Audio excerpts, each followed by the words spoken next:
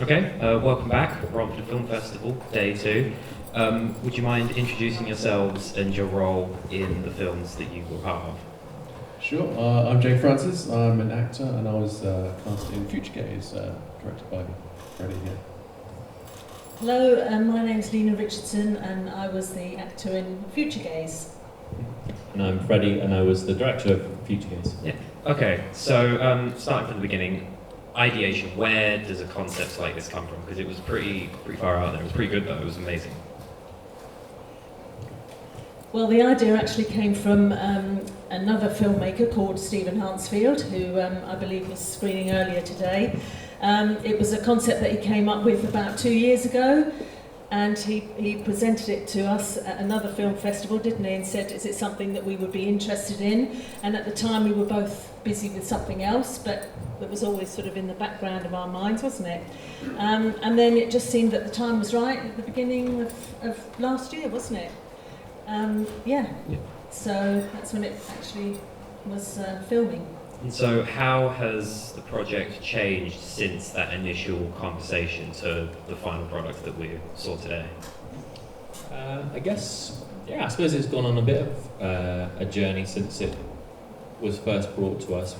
Me and Stephen worked on it quite a lot just to find a style. I think initially Stephen had set it in the present day, and I thought it would be quite interesting to set it in a present but a past as well. It had a kind of a retro futuristic trope to it, so the whole world felt like it was it was like a kind of another character in a way. You know, the posters on the wall are all sort of in that same theme of people watching you and, you know, technology taking over, and so they're subtle, but it was just to try and give it a bit of a style, I suppose, in addition to the concept. Yeah, sorry, you can... No, I was just going to say we were lucky to get a really good venue as well, which I felt gave an intimacy to it, didn't it? It's naturally called the Red Room, so it had the right colourings in the background to start with, didn't it? So, yeah. Yeah, I was going to say, it's a gorgeous venue, and I think it really plays, the location really plays in well to the story. So were you always destined to play the lead, or was that something that sort of came about during pre-production? Well, we are a mother and son. I wasn't going to say that, by the way. I think we'll get over get over that. I think, I suppose we both know Stephen, and so Stephen brought it to us, and we brought it to you, I suppose, initially, and then it was, sort of a nice project for me to take on as well. So how did you get involved? Lena brought me on board, yeah, this is a role that she thought I would be good for, so yeah, sure. So, on board and... from there, really. What did you initially make of the script? I love it. I love sci-fi, and this had a very Black Mirror vibe to it, which I love. It's one of my favourite series. So yeah, when I read the script, and it was just great. Everything, great cast and crew, really good director. Everyone just all came together, and it just, I think, produced something really nice. Absolutely. And just looking over, sort of, do you feel like, looking back on it now, you could pick out any clear inspirations, maybe different films or other directors that you could point to and go, oh, I know where I got that from? I guess Black Mirror is an obvious hook. We wanted to make something that sort of led you down a little bit of a path, and you think it's maybe light and frivolous, and then actually it gives you a little, you know, sends you down a different direction towards the end, or gives you a little, oh, that was unexpected. So hopefully it did that. Who knows? It's quite an exciting idea, really, in a way. Well, yes and no.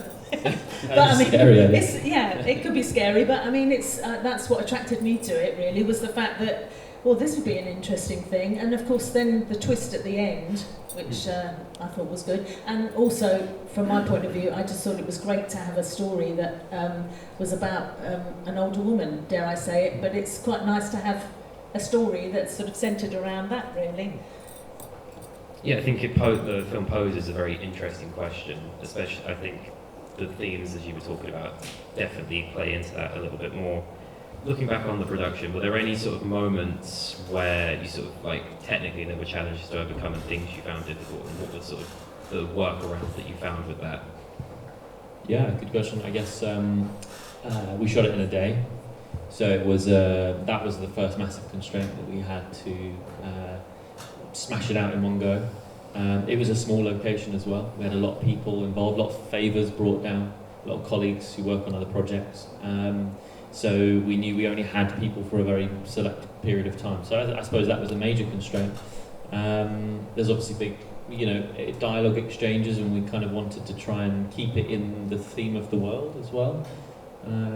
So yeah, I suppose that was probably the biggest challenge. Trying not to actually get run over in the road at night. Yeah, I think that scene at the end was the biggest challenge, because it's normally quite a quiet road. So we thought we were going to be okay for that evening filming that scene.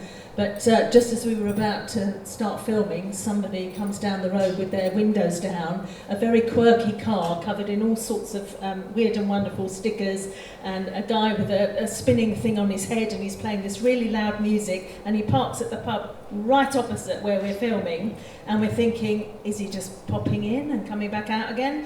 But he actually goes in, and we're all standing there, cast and crew, we're all standing there waiting, thinking, what do we do?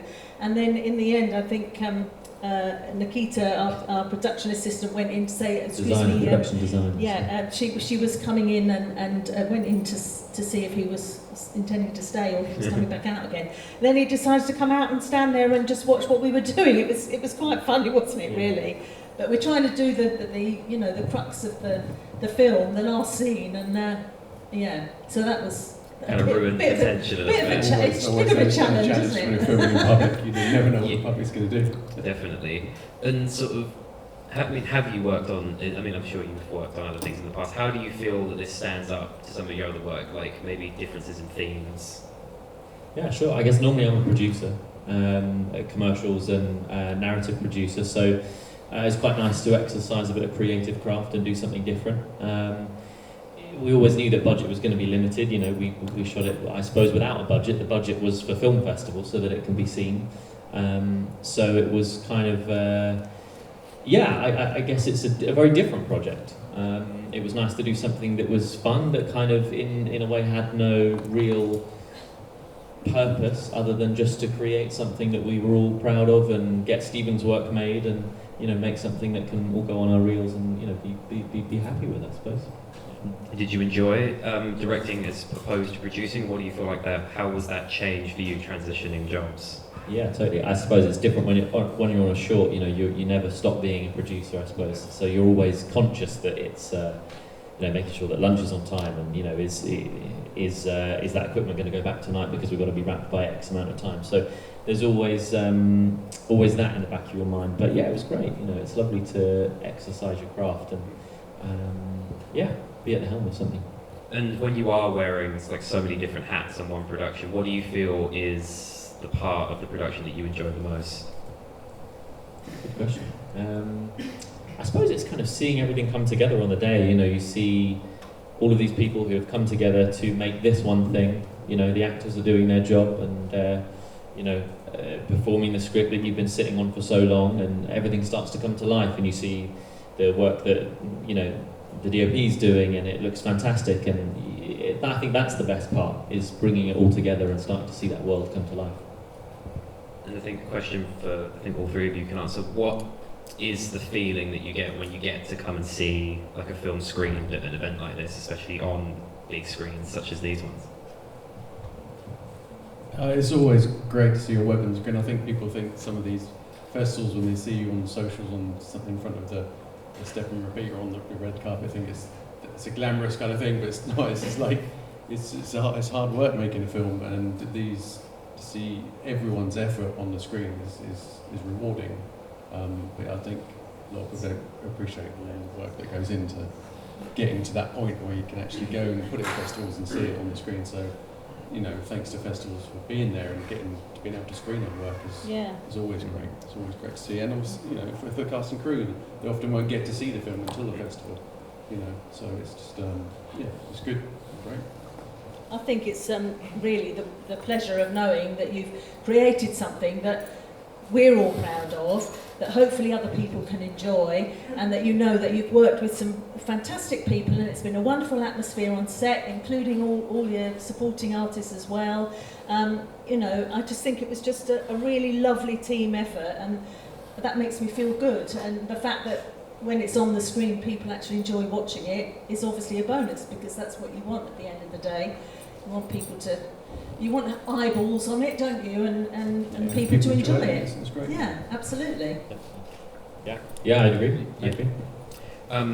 And what's next? What's the plans in the future? Are there any sort of productions in the works? Is there a chance of all the three of you working on another project, or are we all splitting off into separate different things? Never working with them again. No. I'm joking. It's your mother. Yeah, exactly. Yeah. I'm joking. No, I think I know you guys are very keen to work with each other again and do something over in the States. I'm part of a production company myself, and I'm not acting. My business partners in the audience over there. She's flown over from America. Thank you very much. So we got a project called Dead Water, which is on doing a festival run, which we shot in America. So we're working on our feature plan at the moment. So lots of stuff going on. Amazing. And I'm currently, we're in post-production for a short neo-noir that we filmed earlier this year, that I was co-producer on, and also playing one of the roles in it. So I'm working on that at the moment. Nice. Yeah, and back to producing for now until the next sort of till I can get some time to start writing or start developing something else creatively. So you're definitely more willing to sort of go back to to doing writing and directing. This isn't just a one-off. Yeah, totally. Yeah, that's absolutely something I want to do more of. Yeah, totally. I think open it up to a few questions, maybe. Is anyone from the audience got any questions? Put your hands up, people. I do have a question. Seems like a really nice, tight-knit group that you've got going on there, and everything you say about it was a great experience making this.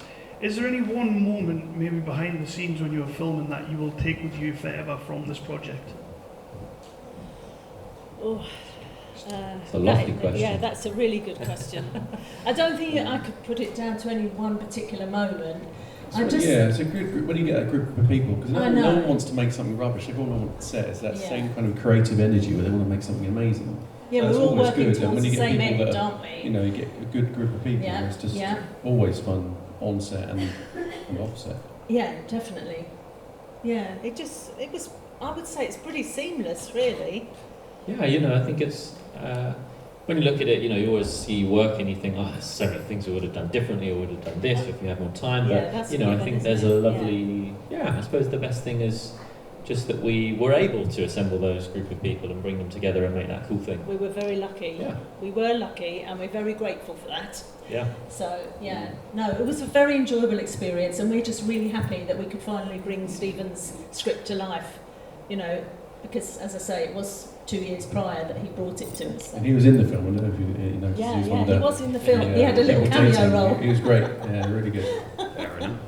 Yeah. Maybe I didn't feel bad now that I didn't clock it. Are there any other hands? Any other questions? Anyone else? We can ask the puppet question again if you want. Yeah, we can do the public. We have a question. hand, we have a hand. I don't ask Come a lot on of down. questions, I don't know. I realised you said that it took you a day to film it. Originally, was that the amount of time that you actually put out to film it? Or was that the amount that you set out and then you sort of overcome it as you went with the challenges to cut bits out of the script to make it quicker to sort of how you wanted to fit it in? Yeah, I think we realised that we could only really win favours for a day. I know we're probably all short makers, so you all know that you're getting favours all the time, but our colleagues are busy, they're doing big productions, and so I think we knew that we could only get them for a day to make it happen. So I think we knew that from the beginning, and that was always a stipulation that we would. I think maybe there was a couple of cuts, I can't really remember, but the crux of the story stayed there. So there's always sacrifices. I think we streamlined a few of the speed dating moments in there, so there wasn't maybe quite as many as they were planned. But And the end, you said. and the end, there's always a pinch point at the end. Someone said it the other day. You start off shooting Hollywood in the morning, and then you're shooting Hollyoaks in the afternoon. You feel like you're all the time in the world, and then at lunchtime you think, shit, I've got like 4 hours left to get the rest of this. So the end scene inevitably was at night at the end of the day, so you're rushing around trying to get it, and then some dude comes along in his blazing car with stickers all over it and ruins it. So yeah. It was funny though. One more. Last one. We need to wrap up. Okay. Can you think of anything that you've learned from this project that you'll take onto your next project? From my perspective, prep. like prepare as a creative, and as a producer I know that, but when you do shorts and you're kind of behind it from a production side, that's the priority. You want to make it happen first, and then when you get there you realise that actually I should have spent a little bit longer prepping this and really getting into the nitty-gritty of it creatively. So that's the biggest takeaway, is don't overlook that important prep time, I suppose. I think from my point of view, I'd say the fact that I felt very relaxed with this particular project, and sometimes it's a case of not feeling relaxed and overthinking the process and not trusting the process, but I actually felt that we were all very prepared, and I think that is the thing, isn't it? Fail to prepare, prepare to fail, as they say, and I do actually feel that that was very much the case, that we were all on the same page and we were all coming at it very calmly, and we knew what we had to do, and it just seemed very relaxed. And so I think that's probably, I've learned that it's by being fully prepared, not that I'm not normally prepared anyway, but by being fully prepared, everybody, you can come at it much more relaxed and enjoy it, and trust the process, really. I think I learn a lot by failing over and over again. Every film you do, something goes wrong and you learn from it, and you sort of just learn from each other. You learn from the director of certain setups, you learn from the cameraman, you learn from the caterer of what's good and what's not good. And I think it's just every movie you do, you get better and better, and you just learn more and more.